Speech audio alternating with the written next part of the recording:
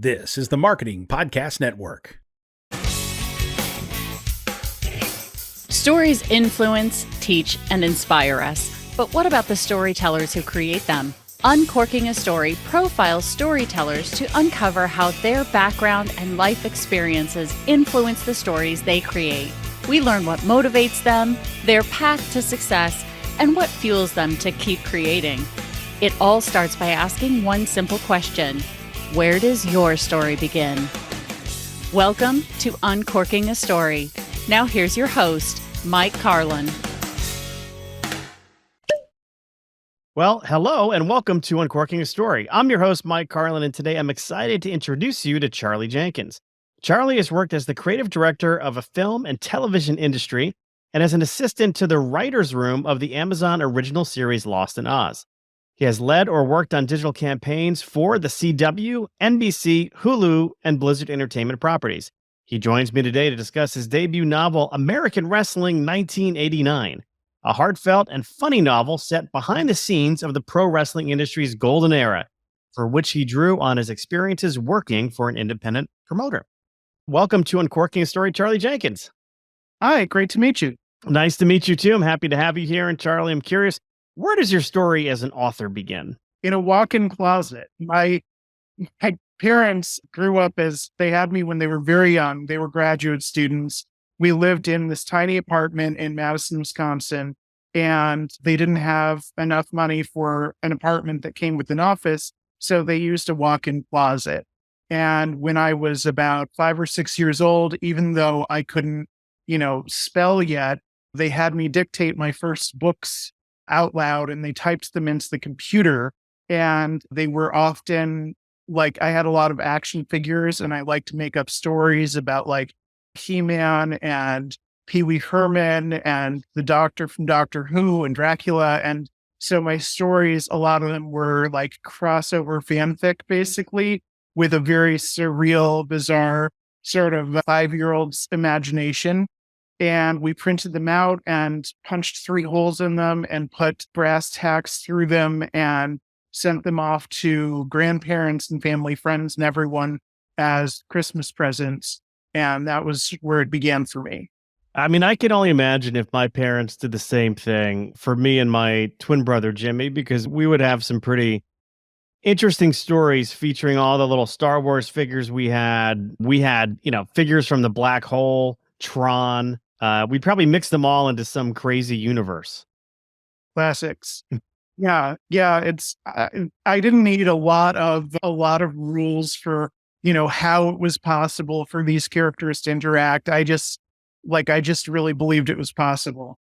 The one thing about the action figures we had growing up, they sort of decreased in quality over the years. Like the original Kenner Star Wars figures were pretty sturdy, and then as time went by, they must have done some cost reduction, because they became, especially like G.I. Joe figures, they were very flimsy. And my brother used to throw them up into the ceiling fan just to see their limbs explode. It wouldn't happen on the old school Star Wars figures, but on all of those G.I. Joe figures we had over the years, boom. I mean, Father Mulcahy's head went flying across the kitchen, across our kitchen. Well, the original WF figures were one piece and they just had one. They were basically 2 pieces and they had one way that they could move and just one simple action. As they got more developed and as they were made for adults, they had more and more movable parts. And I have to think that they became less of a solid brick and more of a fragile collection of joints. So that probably happened with them too. Yeah. Well, you mentioned or invoked WWF, located in my hometown of Stamford, Connecticut. Your book is certainly about wrestling. So tell me, what's your background with professional wrestling? So around 1990, beginning of 91, I discovered wrestling and just immediately fell in love with it. I was at a sleepover at a friend's house in Melrose, Massachusetts. I still remember everything about it. I woke up in the morning and he was a wrestling fan and he wanted to watch WF Superstars and the NWA. And I just remember seeing the Undertaker for the first time. And it was like the characters from Masters of the Universe or something had come to life and taken on this human embodiment. And they were all just these weird, like, not monsters exactly, but kind of these huge muscular heroes and villains. And I just was fascinated with just the bizarreness of it and just all the possible weird characters. And even though have watched wrestling ever since then and still really enjoy it, I still have a fondness for the commitment to just whimsy of that period. I started going to shows at Boston Garden with my dad every month. The WWF was mostly based out of the Northeast still at that time, even though it was expanding. And so they were there every single month, sometimes more than once a month. And we would just sit up in the balcony and watch Hulk Hogan and Andre the Giant and Macho Man Randy Savage and the Ultimate Warrior and Bret Hart and Shawn Michaels, all these great guys. And I'm so glad that I discovered it when I did, because I got to see that generation of guys in person.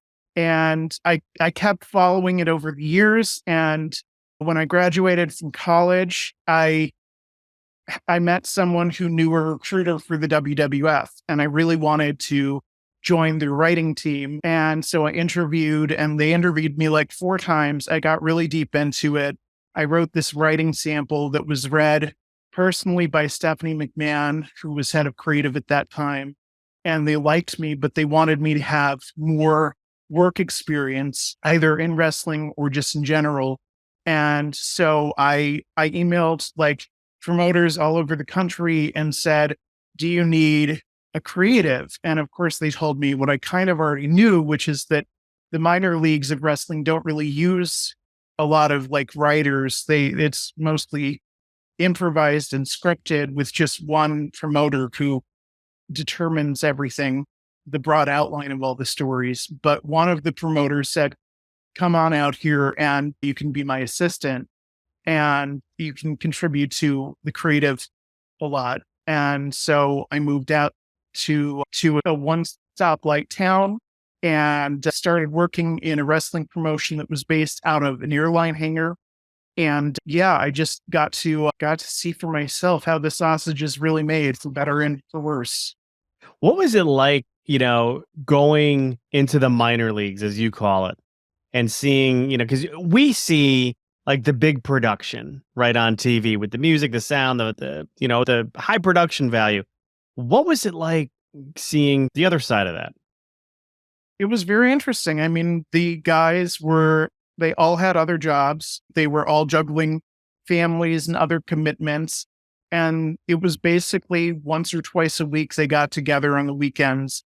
And even though they might have been in some like really demeaning, like manual labor, minimum wage job all week, suddenly they would stand on the top turnbuckle and everybody in the crowd would cheer for them or boo for them, or, they got to look sexy or whatever. And they were completely transformed into this alter ego in a way that wouldn't be very possible in almost any other industry, maybe other parts of theater. But even then, like the crowd interaction is much more intense with wrestling.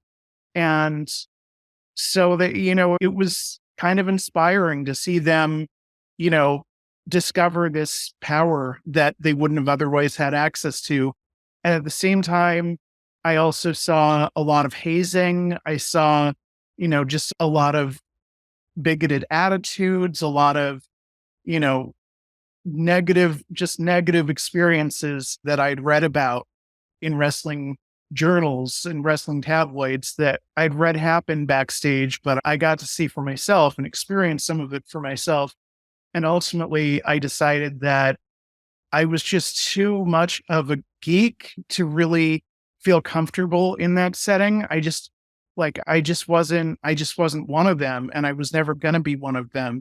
So I decided after a few months, plus they promised to pay me and they never did. It was just not everything that I dreamed it would be. So I decided it was better off being a fan. Got it. So you put that on hold and then you went to a career, where you're able to, it looks like, or it sounds like, we're able to use your creative skills and your writing skills on more of the corporate side of things. Yeah. So I started out trying to work at a cable television network I'd gotten a degree from the University of Arizona in transmedia studies, which was a major I designed myself. And basically the idea is that every medium, whether it's books or movies or comics or toys or music, it has properties to it that are unique to that medium.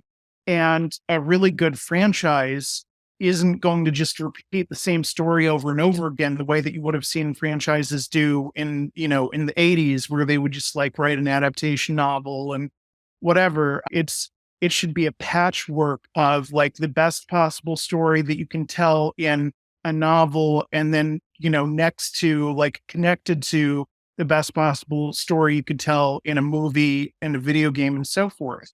So that was the focus I came in with. And when I tried to go to a cable network, they very understandably wanted me to just learn the business and just follow them and do what they said and do it their way. And that was totally reasonable, but I found their way to be really like remedial and boring. And my heart wasn't into it. I ended up moving out to Hollywood and working for a company that was specifically focused on transmedia.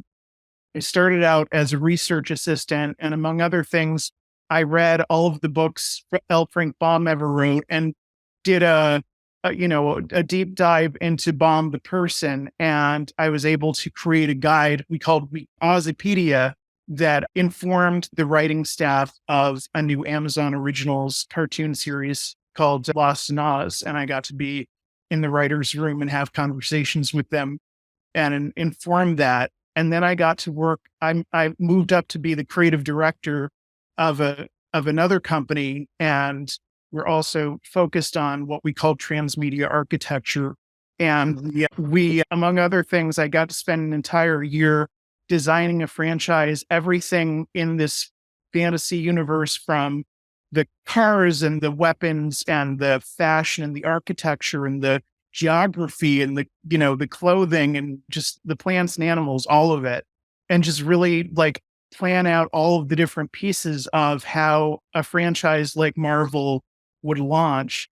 And they presented that to venture capitalists and got a $20 million production budget just to start with, which was amazing. And it seemed to be headed towards really good things. But like so many projects in Hollywood, it didn't end up ever getting made. And something like 3 times as many projects in Hollywood get started as get finished. So I worked on a lot of projects, a lot of consulting gigs for different companies that were really cool. And I really enjoyed the work we did, and I got paid for it, but it didn't end up getting made. And that was actually why I decided to go into writing novels, was because I was coming up on my 40th birthday in just a couple years. And when people would ask me, well, what have you worked on that I've heard of? There wasn't a lot that I could point to, even though I'd been getting paid to work for years. And I just really wanted like a thing that someone could buy, that I could hold, that I could say that I did.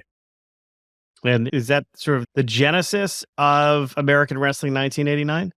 Yeah, I'd originally written it as one of many screenplays that I wrote and basically put in a drawer. And then I decided, at the point that I decided that I wanted to write a novel, I decided that was the best one for me to work on, and pulled it and adapted it into basically the first season of the way I envisioned a TV show unfolding. Got it. So tell us, what can you tell us about the book? So it's about a wrestler from the 1950s who suffers a tragic accident in the ring. He botches a pile driver and leaves someone paralyzed and eventually dead. And he feels horrible about it for 33 years. And it basically causes him to throw away a lot of his life because he has such bad survivor skills. And one day his teenage daughter has to do a paper for school about what she wants to be when she grows up. And she starts questioning her dad about why he ended up in a job that he hates, and finds out, that he has this horrible history, but that he's never stopped loving wrestling. And she has got a wrestling promotion that she writes about in her notebook where she makes up all these characters and draws them the way I used to when I was a kid. And has this midlife crisis and is inspired to actually open the wrestling promotion from her notebook with her in order to teach her that your dreams are possible if you work hard for them. So he buys a YMCA and renovates it into kind of a boxing gym and opens a wrestling promotion and finds wrestlers who will portray her characters. Interesting. So you're able to kind of keep that love of wrestling and that industry knowledge that you had kind of in part, and marry that to your own interest experiences, kind of what you did as a kid and put that into a book. It must have been a very cathartic process for you. It was, I got to write about all of this stuff that I really love, that I've got all of this nostalgia for. And I really say it's a love letter to wrestling of the period, which is not to say that it is completely seen through rose tinted glasses, because I also deal with all of the hazing and steroid abuse and prescription drug abuse that was going on at the time. But it was, it was great to just put all of this knowledge that I'd collected throughout my life into this book. And I think it led to a novel where I hope the passion comes across on the page. Yeah. What was first of all, what was a timeline for writing it? When did you start it and when did you complete your final draft? I started writing it. I would go to Bob's Big Boy and just sit there for like practically all night, because it was an all night restaurant. And I would just write it almost every day. And it took a year to complete a finished draft of it. And then I went to this wonderful woman who was a former personal assistant of my dad's. And I asked her to be the editor for my book. And I thought she was going to come back in like a couple days and have a few things I could work on. And that was going to be it. And then I was going to publish it. But she came back with over 1,000 notes. And I was completely blown away, but I worked through all of them. And where we disagreed, we were able to have a conversation. Once I realized why she made the note, I was able to come about it in my own way and stay true to myself, but always respond to the feedback. I turn that in, I think, okay, woo, I'm done. And she sent me back over 1,000 more notes. And we went through 7 drafts, and it took a year. And then I spent a third year getting the cover exactly right, getting the audiobook narrator that I wanted, guiding that narrator to the performance of the audiobook that I wanted, just going through all of these different steps just to get it released. So in total, it took 3 years. Wow. So you went the sort of the independent publishing route versus the traditional publishing route where you're querying agents and doing that whole thing? I did. I'd heard that publishers make you do all of your own promotion, but collect most of the profits that you could have gotten. And because I was catering to like this really hardcore fan audience that I knew so well, I thought I could control the process myself and I can go directly to the fans. And I probably know the fandom around wrestling more than the publisher is going to.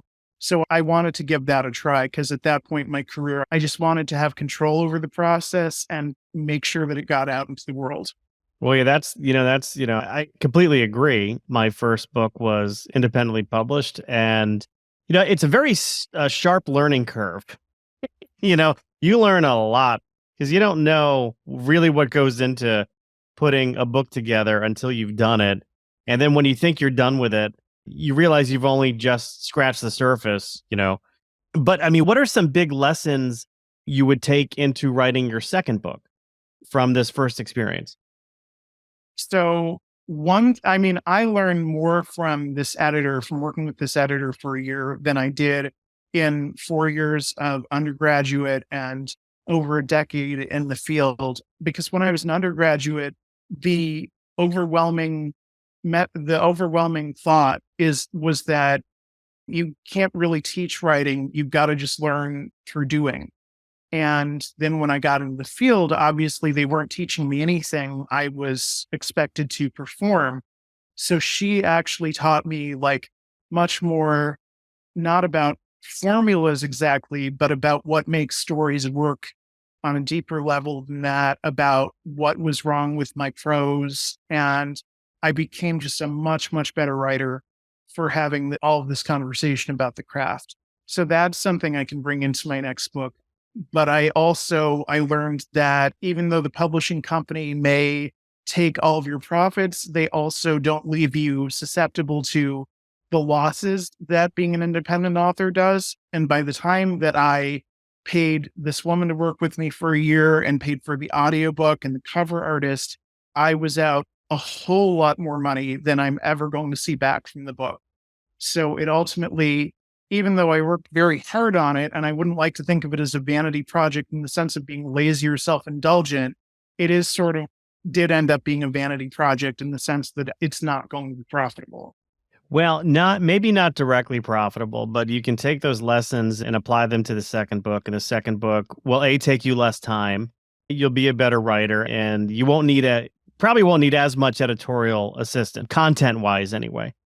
So there's that, but you could also, use it as a calling card for other business ventures. What I found is, if you look at just like a profit and loss statement, you're always going to be running at a loss. After you've paid for all the edits, after you've paid for the artwork, and then, I just a narrator, I know how expensive that is because I've done that too.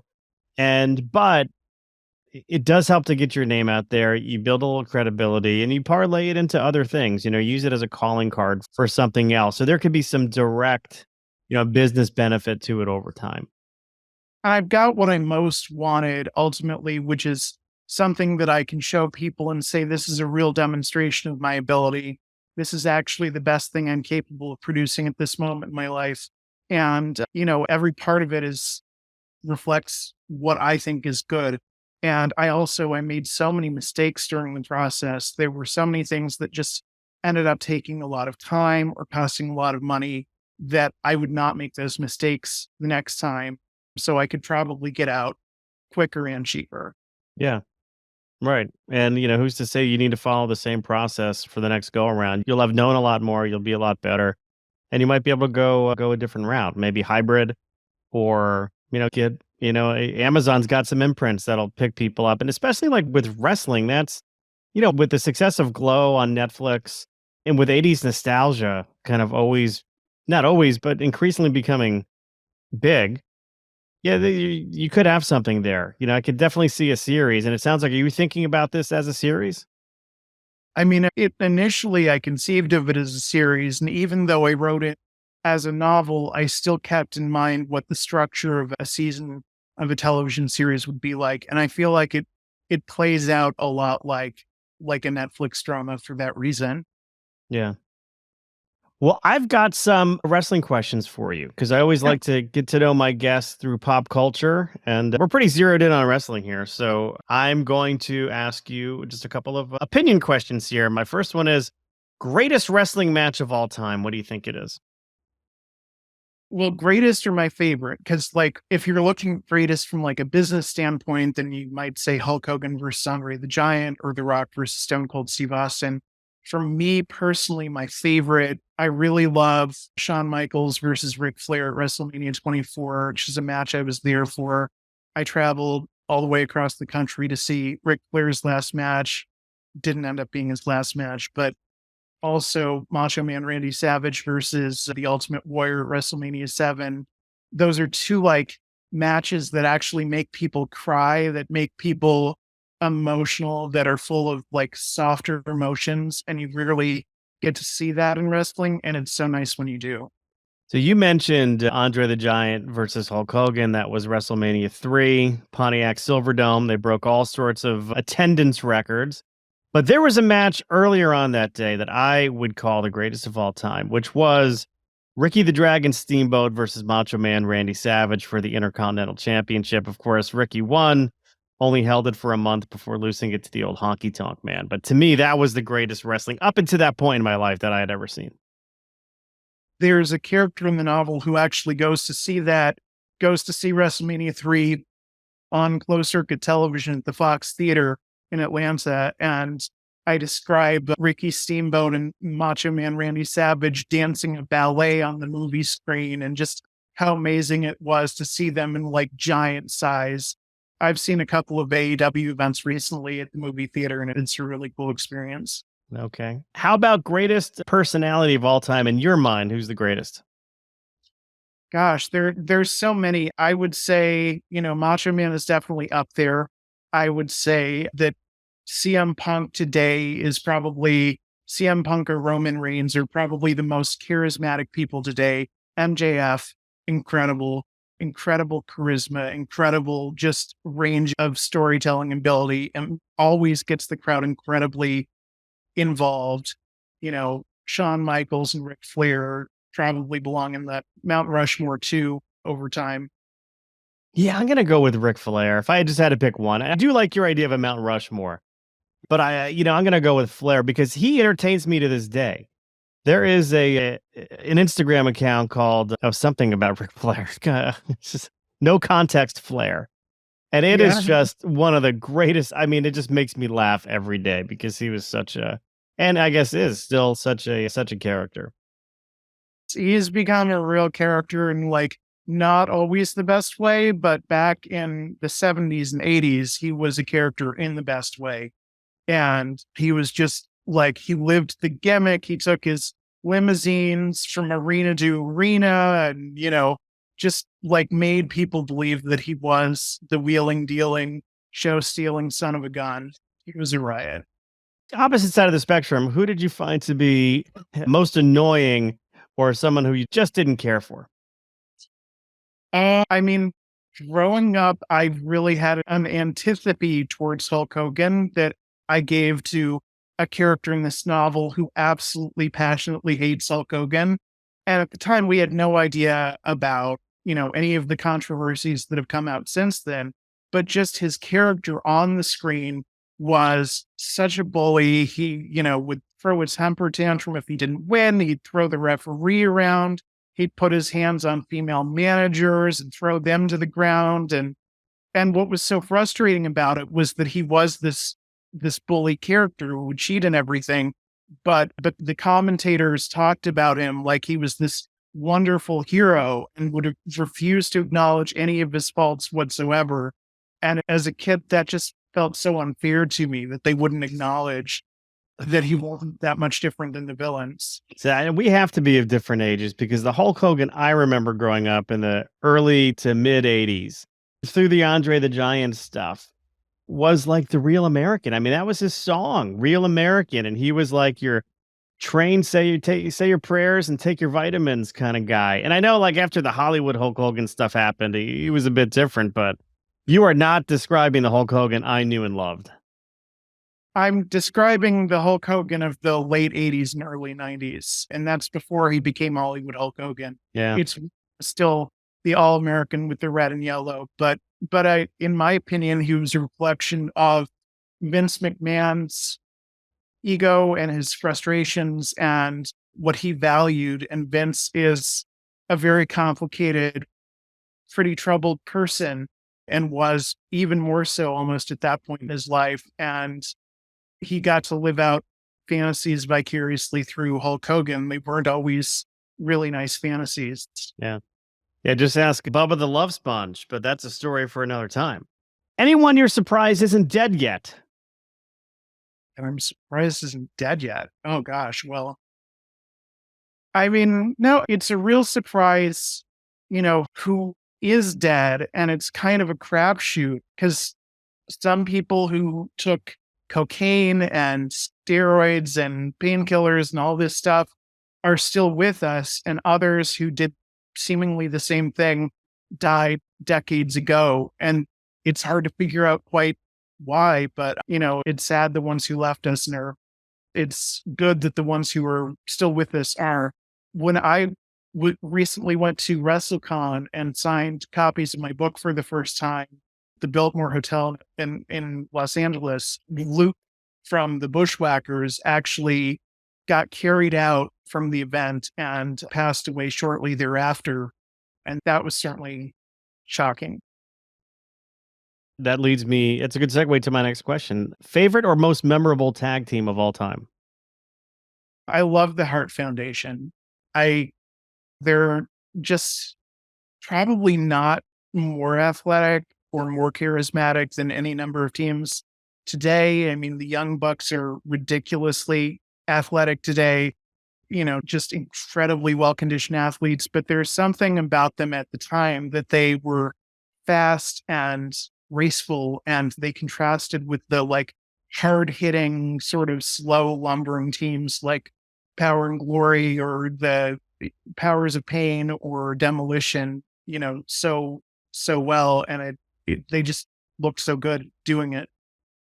You mentioned mine, which is Demolition. I loved and Smash, and I loved their song. Yeah. From the Pile Driver album. I was a big metalhead during that period of time in my life, and that was like, thrash metal almost. It was very heavy. It was very heavy. Do you have a favorite wrestling song? That's a really good one. Ricky the Dragon Steamboat also had a really good one from that time period, his original theme. Yeah, Cult of Personality, which isn't a wrestling original song. It's an 80s song that got appropriated, but his CM Punk song is always really exciting. I think AEW is doing great music for the most part. WWE's trailed off a little bit on the music front in my mind since the 80s. Yeah, I loved that Pile Driver album. The lead song, Pile Driver by Coco Beware, that guy was a very talented singer.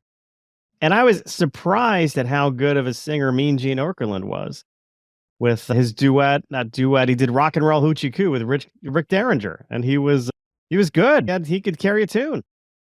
And they had him sing the national anthem it was either WrestleMania 1 or 2. Yeah, you wouldn't think it about him. And it's not like he was actually a good singer, but he could carry a tune in a bucket. Yeah, he was good. Last one up on this, which would be favorite ringside announcer combination. Who's your favorite combo plate of ringside announcers? Gorilla Monsoon and Bobby the Brain Heenan. 100%. Ventura was great too. But yeah, those three, but particularly Gorilla and Bobby, 100%. Yeah, well, they had great chemistry together. And, Bobby, because Bobby was he was a manager, which I still don't know what purpose manager served other than to be characters. But yeah, he was a great, he used to make me laugh. Just his observations and his one-offs. He was very talented. He was a troll, and that's a word that I didn't know at that time. It was a word that became more common with the internet, I think. But he would just say things that he knew were absolutely outrageous just to get Gorilla all wound up, and it was hysterical, and Gorilla fell for it every time. And it was just, he had such a mischievous sense of humor. It was really fun to watch. Yeah, I totally agree. Well, Charlie, where can people purchase American Wrestling 1989? It's available on all formats on Amazon, and it is available in audiobook on Audible. Very good. And if people want to get in touch with you, Charlie, do you have a website? Do you have any social media handles you want to share with everybody? Charlie-Jenkins.com. And I believe I'm Charlie G. Jenkins on the Twitter. On the Twitter. Very good. Well, Charlie, thank you so much for stopping by Uncorking a Story and letting me uncork yours. Thank you. It was such a pleasure to meet.